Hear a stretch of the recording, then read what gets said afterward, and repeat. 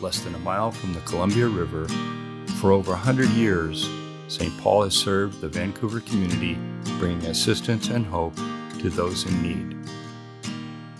He has shown thee.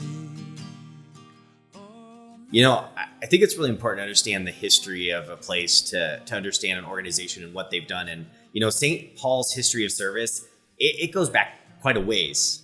When we look at the archives and the articles from the last 120 years, we find that many local churches were providing the function of like a safety net for people. We learned that St. Paul's was active in so many different ways. I wasn't surprised to learn that their works would provide for the community protection, counsel, and housing. And this was even before World War I. This was, going way back.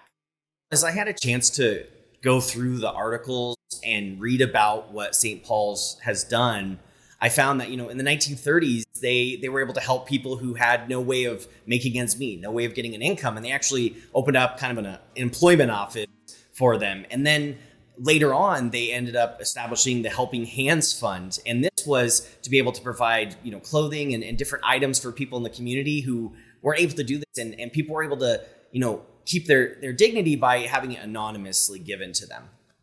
In the 1950s, they were active in supporting adoptions of Korean children.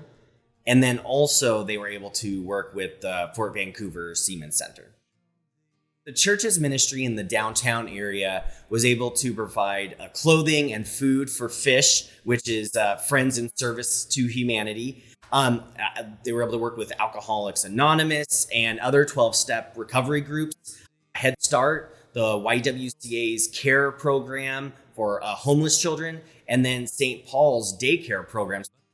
So many different groups and organizations they were able to work and support in the community.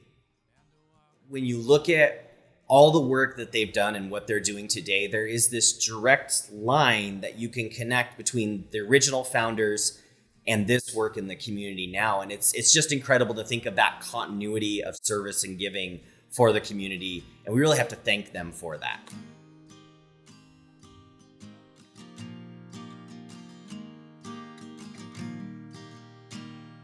He has shown thee. Oh man, what is good and what the Lord requires of thee. He has shown thee.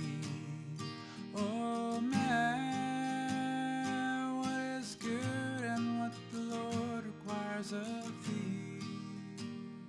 But to do justly and to love mercy and to walk humbly with thy God, but to do justly and to love mercy